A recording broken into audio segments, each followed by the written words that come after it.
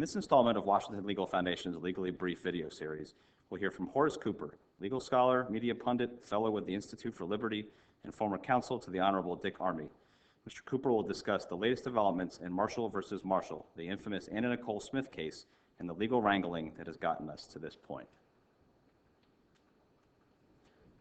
2 years after her death, and an astounding 13 years after the case began, the Anna Nicole Smith case is in the news again this week. Now, most people remember this as the suit of the former Playboy centerfold against the estate of her deceased 89-year-old husband and billionaire oil tycoon, J. Howard Marshall II. But it's far more than a tabloid gossip piece. It's the basis for a legal and very troubling precedent.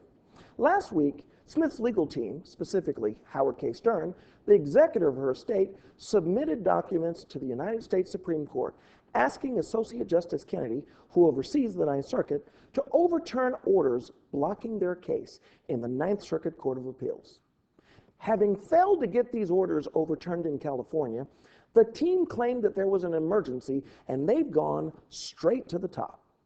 Since Anna Nicole Smith died of a drug overdose in 2006, the case has been stalled in the Ninth Circuit. But now, her over-anxious lawyers are putting pressure on the Ninth Circuit by asking Justice Kennedy to intervene directly. The request outlined in the application asked Justice Kennedy for relief on several counts. First, that the stay of proceedings enacted by the court on Anna Nicole Smith's death be overturned, the stay pending appeal without bond issued by the court in 2002 be lifted, and that the legal bars preventing them from registering the district court judgment in states other than California also be lifted.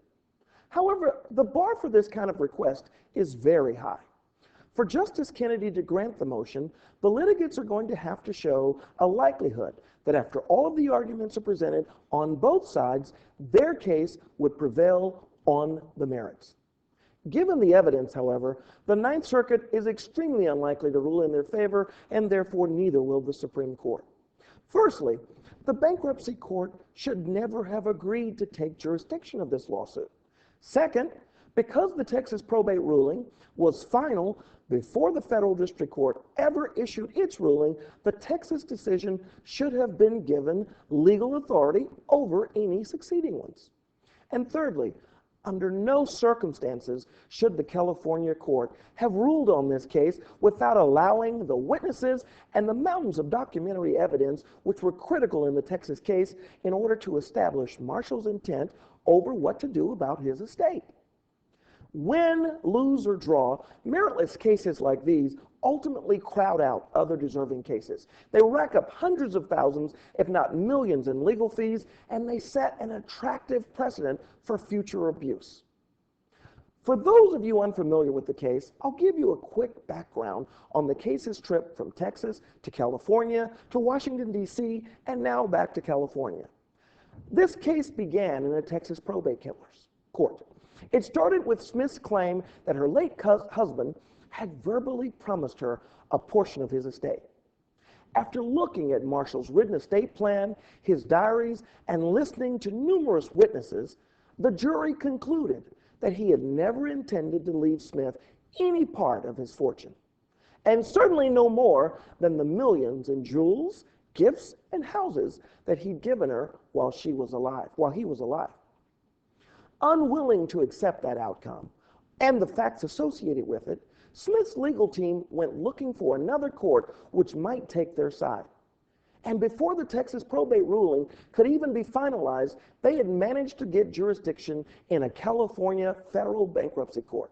There, the witnesses and documents were excluded, and this time they won. They got a staggering $447 million award. On appeal, that award was cut by nearly 2/3, and that decision was also appealed. It was heard in the Ninth Circuit Court of Appeals. There, the California Ninth Circuit Court of Appeals ruled that the case should never have even been heard outside of the state of Texas. The Texas probate decision was the decision of record that they ruled. Nevertheless, the team appealed this ruling to the United States Supreme Court. It heard the case in May 2006. On a narrow jurisdictional technicality, the Supreme Court unanimously remanded the case back to the Ninth Circuit, where it remains today. That was almost 3 years ago. Anna Nicole Smith and Marshall's son, the original executor of Marshall's estate, are now both deceased. But the case, like something out of a bad zombie movie, is still dragging on. I anticipate that Justice Kennedy will defer to the Ninth Circuit, and so will the United States Supreme Court. And thus, the Ninth Circuit will ultimately render the same decision they did in December 2004. Howard K. Stern will finally end up with millions in legal debt.